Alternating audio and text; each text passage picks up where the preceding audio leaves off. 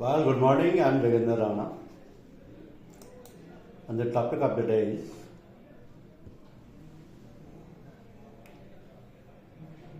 expenses of management of Indian insurers. Expenses of management of Indian insurers. The expense ratio of several general insurers has increased instead of coming down. After the Insurance Regulatory and Development Authority of India introduced the expenses of management guidelines according to the authorities.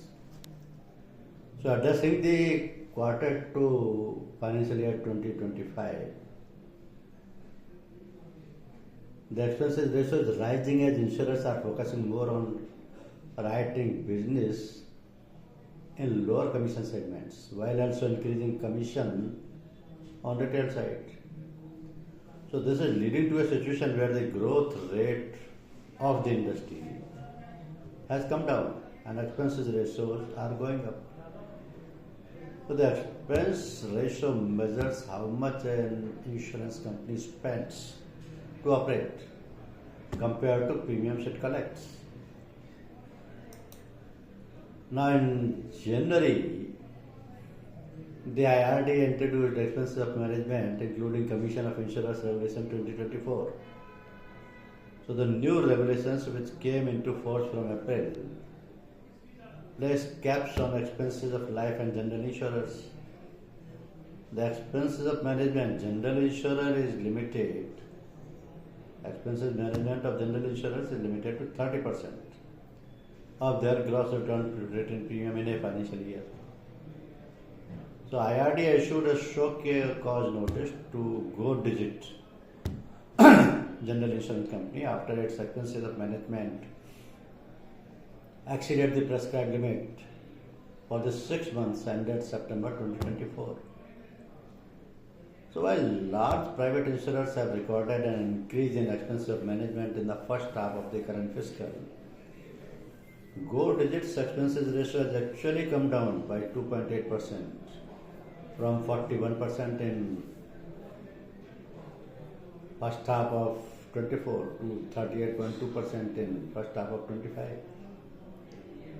So IRD issued so-called notice because it had no visibility on Go Digit expenses in FY25. So they filed a forbearance application with the IRDAI.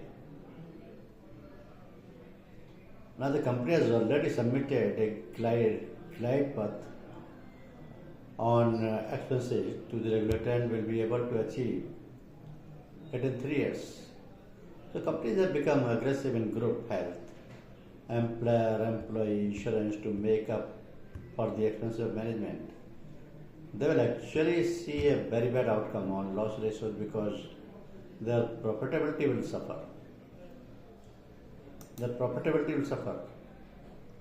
And say the expense of management regulations for non-life companies are essential part of growth and development of any insurance company in India. So the compliance with the EOM regulations or forbearance due to compelling reasons require a deep understanding of these regulations.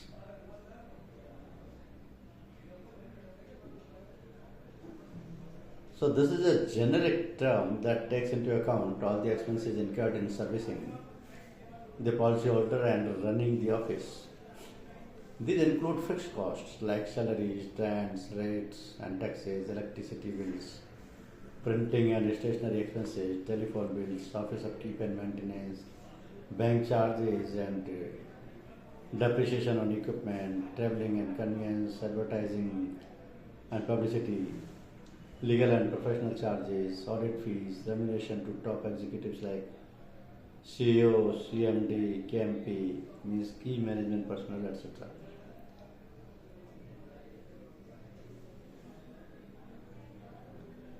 So the Interested people can see the Form 7 of the public disclosures, that is Annual 1 to Annual 47, which are put up by the insurance companies in their websites every quarter as part of their statutory disclosures to see what constitutes expenses of management and their breakup amount wise. So the main purpose of controlling expenses of management is that they should not be excessive enough so as to harm the policyholder's interest. These are mostly fixed costs which can be controlled. Therefore, insurance laws worldwide emphasize control on expenses of management. Excess spending on expenses of management is discouraged, and in some cases, penalties are also imposed. So, in the Indian context, expenses of management for non-life companies are governed by IRDAI expenses of management regulations. The gist of these regulations are as follows. For the IRDAI expense of management regulation in 2016, for non-life companies has simply retained the existing framework, that is modification of Rule 17E of the Insurance Rules 1938 for framing limits of the amounts that can be spent on expenses of management. Then commission paid to agents have been added as part of expenses of management as per the practice followed earlier by in Rule 17E. This has been substantiated by bringing new regulations for commission payable to agents and intermediaries. If one notices both these regulations, it is apparent that the rates of expenses of management have been left untouched. So the maximum limit has been raised to 37.5% in respect of certain lines like motor, retail, health, retail, etc. Then the premium figures have been revised for inflation as the old numbers were based on situation pertaining in 1938. So subclasses have been added in the current regulations. Motor was split from miscellaneous businesses.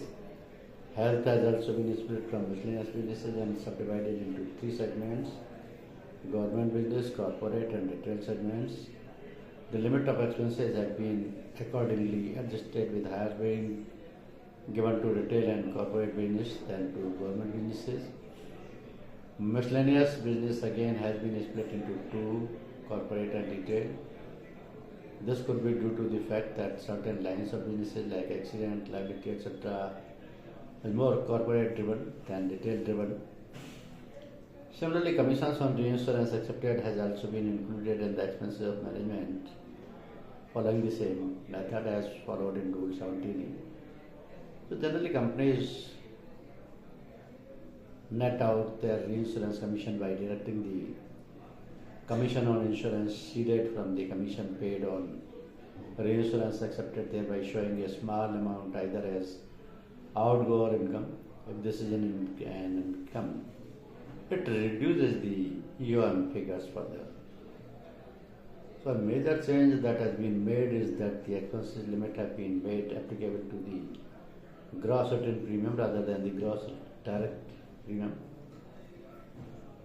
The limits have been prescribed both for segment-wise basis and overall basis. It is possible that the company could be compliant on an overall basis, but not on a segmental basis. So in this case, it has been clearly mentioned that the company will transfer such amounts to shareholder accounts, profit and loss account, in case segment-wise limits are reached. So penal action has also been prescribed, and the authority can restrict the remuneration of the key management personnel and even bar the company from writing such class of business if they continue to violate the limits continuously. It has also been stated that insurers shall ensure that at segment level, the deviation between the actual incurred claim ratio and the incurred claim ratio projected at the time of filing of the product under product filing procedures shall not be more than 10%. This is linked with product development and would require collection of information at product level. So at the segment level, the deviation between the actual incurred claim ratio and the projected incurred claim ratio is more than 10% over a period of 3 years or more. An exception report along with the plan of action specifying the reason for such deviation shall be filed by the insurers with the authority in the format to be specified by the authority.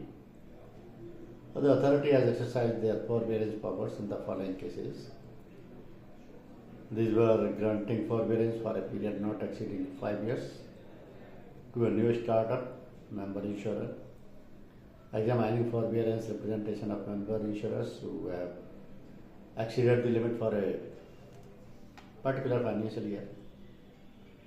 For the expenses of management regulations made it clear that in these cases, IRDAI shall follow the provisions of the Insurance Act 1938. So, the business plan, IRDAI has directed that the business plan must be prepared by each insurer before the commencement of every financial year. The expense of management master circular lists down the following minimum projections of such business plan: capital requirement during the relevant financial year, solvency margin on quarterly basis, and expenses of management. So the mandatory calculations that must be included in each such business plan and the format for the same has also been specified in the EOM master circular. The business plan is to be reviewed periodically by each insurer. However, the intervals for review have not been specified.